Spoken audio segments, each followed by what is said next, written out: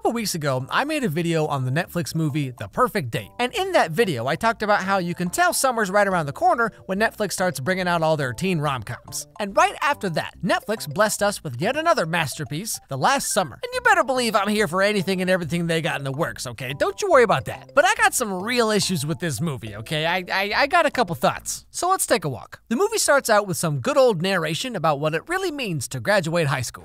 Summer break. One last chance to not care. To call it off. To get it on. 72 days. One last chance to act on old crushes.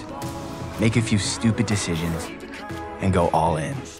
Okay, just hold on a second. What are you even talking about? One last chance?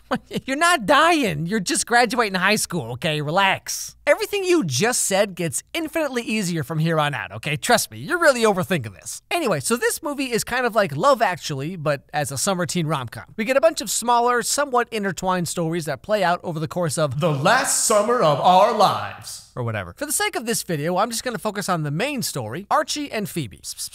Griffin and Phoebe. So first off, we have Griffin, who moved away to go to some fancy private high school, but recently moved back to Chicago. Phoebe is trying to get into NYU for filmmaking, so this summer, she's focusing all her time on making like a documentary movie type thing to hopefully get like a scholarship or a grant or something like that. And of course, that means no boys. Now, in typical teen rom-com fashion, the movie actually starts when all the characters are at some big like high school graduation party, which for some reason looks like a Tokyo nightclub. But I don't even see anybody playing spin the bottle, okay? So, talk about a lame party, am I right? By pure happenstance, Griffin walks by Phoebe, and then he has one of those moments. But like, can we just like, for a second here, what is Phoebe doing? They're at this party, music blasting, strobe lights and all that type of stuff, and she's trying to take an interview? Like, how are you even talking right now? And you brought like $5,000 worth of camera equipment to a party full of like 200 drunk teenagers? Are you stupid? Now later on, Griffin is pouring himself some apple juice, I assume, and guess who just so happens to walk right on by? Wait, you're... Griffin. Right. How are you? Great. Normal. Sure, yeah, okay, that's definitely something a normal person would say, and not someone who has a bunch of jars full of toenails in their closet. Anyway, so this wonderful conversation continues, and ultimately, Griffin agrees to sit down and give an interview for Phoebe's little movie thing. I feel like we have such an opportunity in this really connected world to get to know each other. Maybe even wipe away some hatred based on stereotypes. And what do we have to show for it? Snap streaks. Makes me want to throw my phone in Lake Michigan. Oh, those gosh darn young people and their snap streaking and fun having. I don't like it. Like seriously though, is this kid 18 or 80? Like what teenager would talk like this? So after the interview, Griffin walks Phoebe to the train station where they talk about like where they want to go to school and their futures and all that kind of stuff. After they say their goodbyes and Griffin's about to just walk away and go on living the rest of his life, he gets an idea. Hey, look, I was wondering if maybe you wanted to hang out. Just in general. Flexible. Griffin, that's so sweet. I just can't. But I mean, come on, you really think Griffin's just gonna give up that easy? Psst, ha! Nope. He goes home to his $10,000 music equipment, totally relatable, right kids? And makes a mixtape for Phoebe, which is one of those ideas that never works, by the way. I mean, let me tell you, one time I spent a whole weekend making a mixtape for a girl I liked, and all she said to me was, "Who are you?" So yeah, don't even waste your time, all right? Anyway, so Griffin sends it off to her, and sometime later gets a text from Phoebe thanking him for the mixtape? Okay, Netflix, how far are you expecting me to suspend my disbelief with this movie? So they start texting each other, and Griffin works his magic with lines like, "Link up for old movie tonight." Whew, I tell you what. Long story short, would you believe they'd totally start dating? You know, because otherwise this movie'd be over pretty quick. So Griffin starts to help her with editing her video, and they go places and do stuff, and they're all like happy, whatever that's like. But there's one part that's just really something. So at some point they get into like this friendly argument about which barbecue place is the best. Sure, New York restaurants will rock, but Chicago owns Euros. And barbecue. So true, Lems can't be touched. Lems? Come on, Smoke is way better. So they decide to have a little competition and find out who has the best barbecue in Chicago. They both go and buy a bunch of random stuff, and then we get like this mukbang of them just stuffing their faces. What do you say we call it a draw? Nice.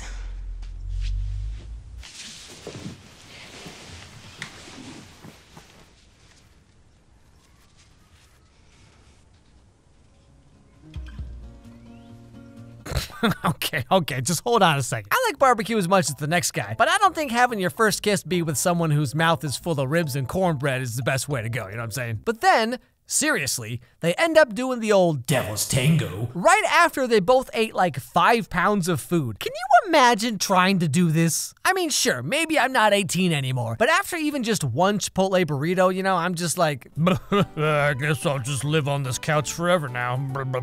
But anyway, so that happens, and later in the movie, Griffin's walking around downtown for whatever reason, and he sees his dad getting all me with a woman who's not Griffin's mom. Now, naturally, he's feeling confused and upset, and with no one else to really talk to about it, he goes to see Phoebe. But when he gets to her house, we get one more little wrinkle in the forehead of the movie. I'm not really good at metaphors.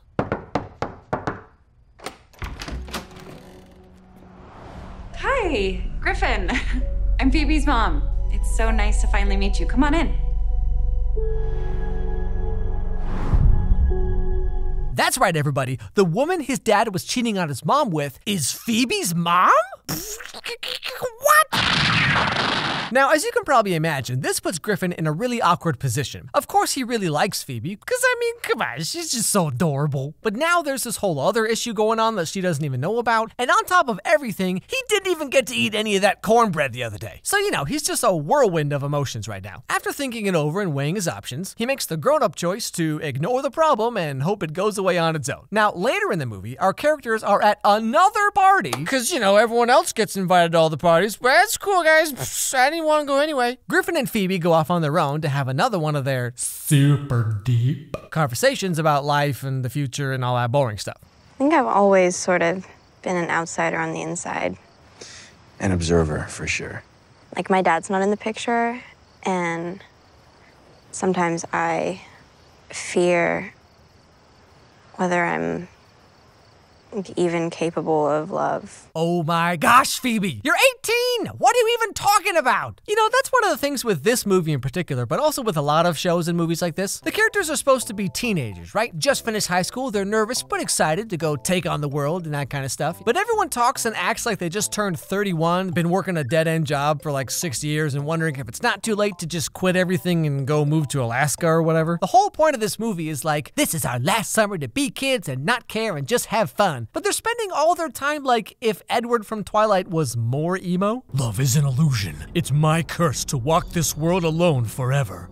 Hey, honey, you want some pizza bagels? Get out of my room, Mom, I'm brooding. But anyway, after sharing a moment, Griffin decides it's a good time to drop this bombshell. I don't know, I have to tell you that I'm so embarrassingly in love with you. Now, for you and me, a cheesy line like this probably isn't gonna fly too far. But of course, when Griffin over here says it, you know, Phoebe's all like, oh, that's so sweet. But just when you think everything's going pretty good, the next day, probably, Phoebe shows up at Griffin's place unannounced, looking real perturbed. Most likely because she just realized that she fell for a guy who makes mixtapes. Rookie mistake. You okay? No, my mom found out that the piece she's been dating is married. Well, shoot, now Griffin has no choice but to come clean, right, guys? Can you believe that? Oh. Attaboy, Griffin. Now, realizing he should probably get ahead of this as quick as he can, he takes her outside and finally tells her the truth. But when he does, well, you know, Phoebe reacts about how you'd expect. You knew? Phoebe, I'm sorry. No, you've known. How long ago was that? Like a week? 5 days. So the whole of the 4th of July together, you were lying. I wanted to tell you. I tried to tell you. No, I should thank you, Griffin, because I almost started to let my guard down for the first time in my life, but luckily you just ruined the last shred of faith in humanity I had left. So then we get this sad montage of everyone going about their lives, but just like sad. Now, despite overwhelming evidence against this, Griffin's a smart guy. He knows that he and Phoebe are probably not getting back together, but he still wants to make amends somehow. So he heads over to Phoebe's house, and then this happens. Phoebe isn't home. She doesn't want to see you anyway. I came to see you. Yeah, actually, this is kind of a serious conversation, guys, all right, if you don't mind? And I understand how awful this must have been for you and how it must have impacted Phoebe. I guess I didn't want this to end. And that was selfish. Now, I'm sure you can probably guess how this movie ends, but still, Phoebe goes on to show off the movie thing she was working on. And of course, Griffin shows up just for support, okay? But you know, I mean, if she wants to me, that's fine too. Nice crowd. Oh, I don't know half these people.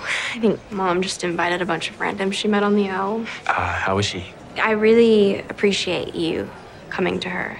Listen, Phoebe, whether you win this thing or not, doesn't matter. You've already proven that this is clearly what you're supposed to be doing.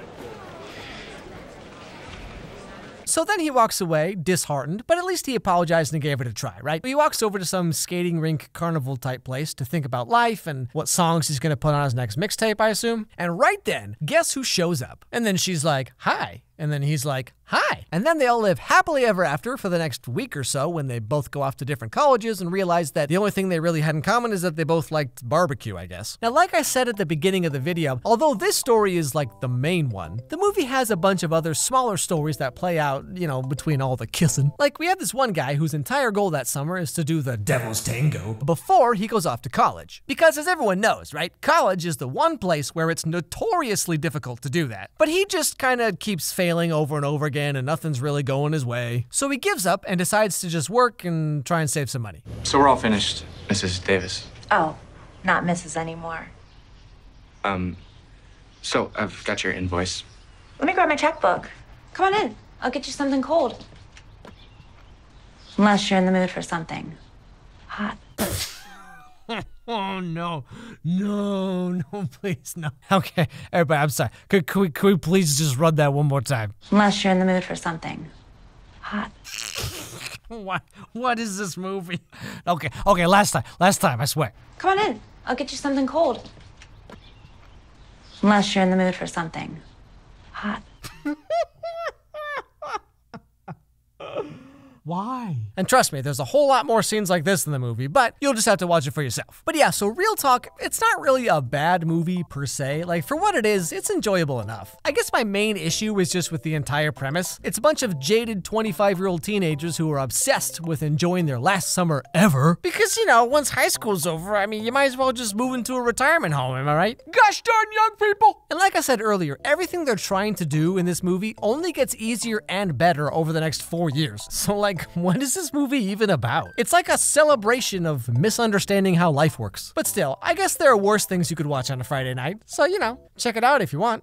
You know, with these movies and TV shows about like teenagers in high school and stuff like that, like I watch a lot for this channel, right? You know, they portray high school like it's the end all be all thing, right? It's like graduation is like the big finish, right? High School Musical is all about graduation. And then, you know, this whole movie is about what happens after graduation. Like, what do you even do with yourself? What's your life anymore without high school? I couldn't wait to get out of high school. Like, I was so ready. I graduated high school early just so I could get out of it as soon as possible. My high school experience was so bad, I literally went to the opposite side of the world. Although, that probably says more about me than it does about my high school, but I mean, like, whatever, right? Of course, graduation is a big deal in and of itself, but just the whole idea of like, yo, high school's over, like, what do you even do with yourself anymore? Like, I just never understood that, even when I was in high school, because like I said, I couldn't wait to get out of there. I said this a couple times in the video, but it's really true. It's like, unless something goes horribly wrong, which it does sometimes, to be fair, like I'm not trying to denounce that, but life gets much better after high school, okay? Like everything, like in this movie, right? It's like, oh, one last chance to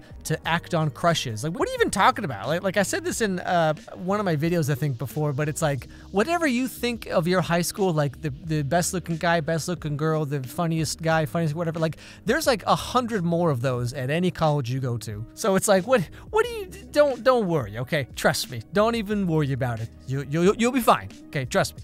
Things only get better, usually. Anyway, thank you so much for watching. Worked really hard in this video, so I really hope you enjoyed it. Don't forget to subscribe, don't forget to ring that bell so you don't miss any videos from me, because, you know, sometimes things happen, I guess. Follow me on Twitter, let me know what was your favorite part of the video, or just come say hi, or tell me what movie or show you want me to do next. Follow my dog Charlie on Instagram, Charlie Meets Pumpkin.